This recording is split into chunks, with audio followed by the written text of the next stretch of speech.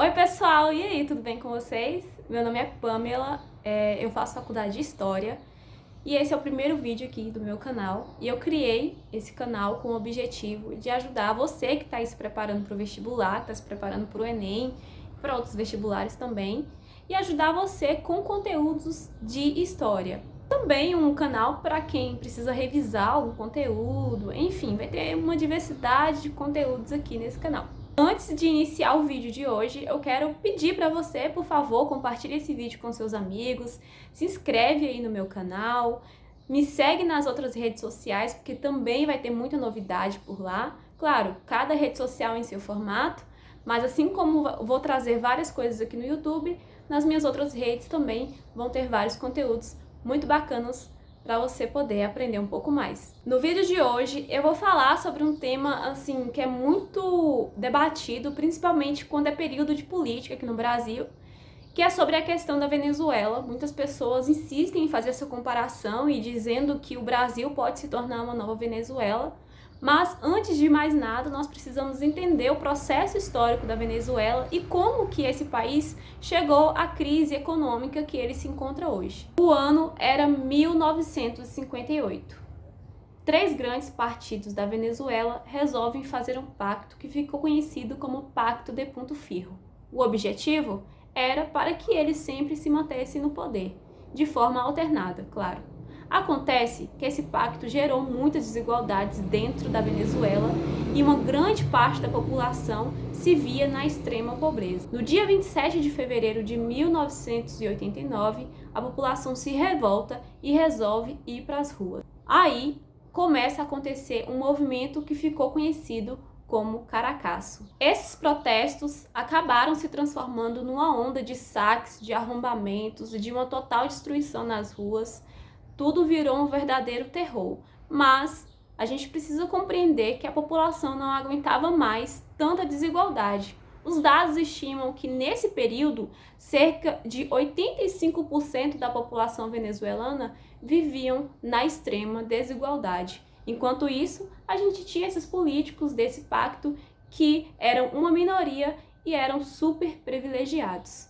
O governo começa a ver esses protestos como uma ameaça e eles precisam agir logo para conter esses protestantes. Então, com a ajuda do exército, eles começam uma grande luta para combater esses protestos, o que gera muitas mortes. E aí, meus amigos, esses protestantes se revoltam ainda mais. Nesse ano de 1989, quem era o presidente da Venezuela era o Carlos Andrés Pérez. Porém, com toda essa onda de protestos, com toda essa desigualdade, as pessoas já não estavam satisfeitas com esse governo e aí começam a surgir algumas oposições e nomes começam a ser levantados para se tornarem novos governantes da Venezuela. Dentro desses nomes, a gente tem ele, Hugo Chávez, que nesse período ele era tenente-coronel do Exército.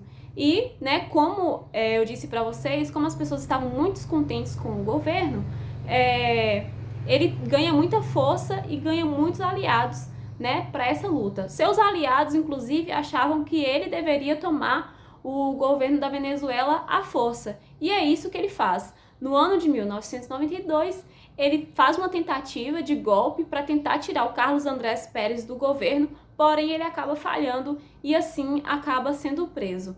Mesmo com essa tentativa falha, ele consegue enfraquecer o governo do Carlos Andrés Pérez, que no ano seguinte, ou seja, em 1993, acaba sendo afastado do governo da Venezuela sob a alegação de corrupção.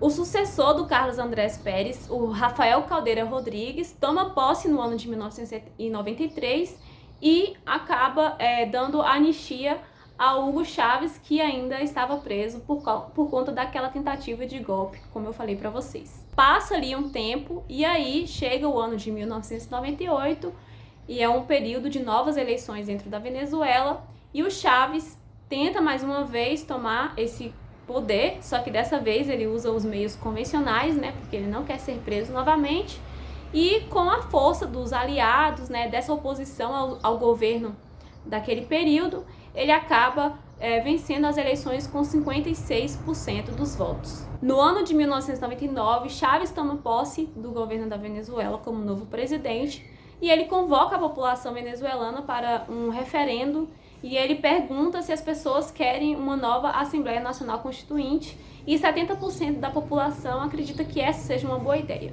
Essa nova Assembleia possuía 131 lugares, desses 131 lugares, 120 eram reservados para apoiadores do Hugo Chávez, né, no caso, para seus aliados. Além disso, ele concede novos poderes, né, ao presidente e aumenta também as prerrogativas do executivo.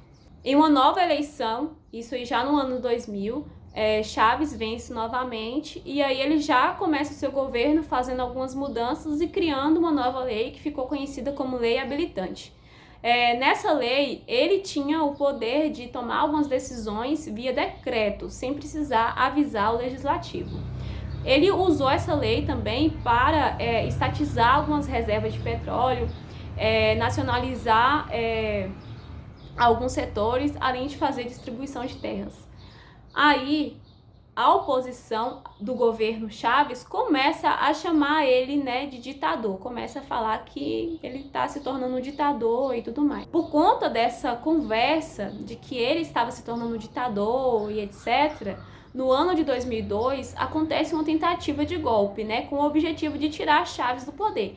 Porém, né, essas pessoas acabam falhando e ele continua sendo o presidente da Venezuela. No ano seguinte, 2003, Chávez aumenta o número de juízes da Suprema Corte e, claro, esses novos magistrados eram seus aliados e essa manobra ficou conhecida como abarrotamento da Suprema Corte e as pessoas, né, levantaram ainda mais murmurinhos sobre essa questão dele querer se tornar um ditador, porque ele teria mais poder, ele teria mais aliados, ele poderia fazer o que ele bem quisesse dentro da presidência ali na Venezuela. Chávez foi presidente da Venezuela até o ano de 2013, que foi quando ele faleceu, vítima de um câncer, e alguns números indicam que durante esse seu governo, algumas melhorias aconteceram dentro da Venezuela, como o PIB por habitante aumentou, as desigualdades sociais diminuíram, além também de ter diminuído a mortalidade infantil. Porém, esses números positivos não se estendem à questão da saúde dentro da Venezuela. Após a morte de Chávez, quem toma posse, né, na presidência é ele, Nicolás Maduro. Ele se torna presidente de forma interina, porém no ano de 2013 mesmo há novas eleições dentro da Venezuela e ele acaba vencendo com 50,6% dos votos, ou seja, uma eleição assim muito acirrada, mas ele acaba vencendo. Quando Maduro começa a ser presidente ali da Venezuela, há um problema muito grande dentro do país que é sobre a questão econômica. Então, já estava andando de mal a pior, mas a partir desse período começa a piorar ainda mais, né, se assim posso dizer. Aqui a gente já falou sobre essa questão política da Venezuela, sobre o Pacto de Punto Fijo, sobre essa instabilidade política dentro da Venezuela, que piorou muito a situação do país. Mas um ponto muito importante que nós vamos falar agora é sobre a questão econômica. Eu acho que a questão econômica foi um passo muito importante para que a Venezuela chegasse no estado que está hoje. A principal fonte da economia venezuelana estava no petróleo. E como eles tinham grande quantidade de petróleo, eles acabaram não investindo em outras fontes de economia, o que foi muito prejudicial para o país. Eles estimam que 96% da economia venezuelana estava, né, baseada nessa produção de petróleo. Porém, no ano de 2014, há uma grande queda no valor do preço do petróleo, por causa de vários fatores externos. Dentre eles a gente tem ali o Irã e a Arábia Saudita, que não quiseram reduzir a sua produção de petróleo, e também sobre a questão econômica chinesa, que acabou prejudicando o valor do barril do petróleo. Além desses fatores externos, tinham também fatores internos que prejudicaram essa economia da Venezuela em relação ao petróleo. Dentre esses fatores, tinha essa má gestão da estatal que controlava essa exploração de petróleo, a falta de infraestrutura, e também a corrupção presente dentro da estatal. Os dados indicam que no ano de 1999, a Venezuela produzia cerca de 3 milhões de barris de petróleo por dia, mas no ano de 2018, essa produção era de apenas 1,5 milhão, ou seja, uma diferença gritante. Bom, essa crise econômica começou a levantar várias pessoas de oposição, as pessoas começaram a ir para as ruas também, né, os venezuelanos que estavam muito descontentes com a economia do país. E claro, quando há uma crise econômica em um país, a população também padece, porque a população começa a ter o mínimo possível de saúde, educação, infraestrutura. Então as desigualdades, elas começam a ser cada vez mais evidentes. O objetivo, né, de conter esses atos, né, de protestos e sob a alegação de que seriam atos criminosos e terroristas, no ano de 2017, Maduro cria a FAES, que é a Força de Ação Especial, com o intuito de combater esses movimentos que acabaram surgindo devido a essa crise econômica. Começam a haver várias manobras ali dentro da política venezuelana, dentre elas, né, o Maduro convoca a população para a criação de uma nova assembleia, mas a oposição começa a ver isso como uma manobra de apenas mudar a regra do jogo e que eles continuassem no poder. Tudo que tá ruim, gente, pode piorar, saibam disso. E aí acaba piorando, porque além dessa crise econômica pelo petróleo, além dessa crise política dentro da Venezuela, os Estados Unidos também dá uma sanção econômica ali para, impõe uma sanção econômica na Venezuela. Então, o que estava ruim piora ainda mais. Esse período, né, como eu disse para vocês, de grande descontentamento da população, Maduro começa a perder vários dos seus apoiadores, porque começaram a ver ele como não uma opção boa mais para a Venezuela. E aí no ano de 2018 há novas eleições dentro da Venezuela e ele acaba sendo eleito novamente, por incrível que pareça. Hoje nós estamos no ano de 2022 e quem continua sendo o presidente da Venezuela? Sim, ele, Nicolás Maduro. Como eu disse para vocês lá no início, sempre que a gente está em período eleitoral aqui no Brasil, se levanta esse debate sobre o Brasil se tornar uma nova Venezuela. E esse conteúdo aqui, ele é um breve resumo, mas eu acho que já consegue abrir um leque muito grande para que vocês possam compreender. Antes da gente levantar o questionamento ou afirmar que um lugar pode se tornar da mesma forma que outro, a gente precisa compreender a história desses lugares. Então é importante, antes de a gente afirmar que o Brasil vai se tornar uma nova Venezuela, a gente entender a história da Venezuela e entender a história do Brasil.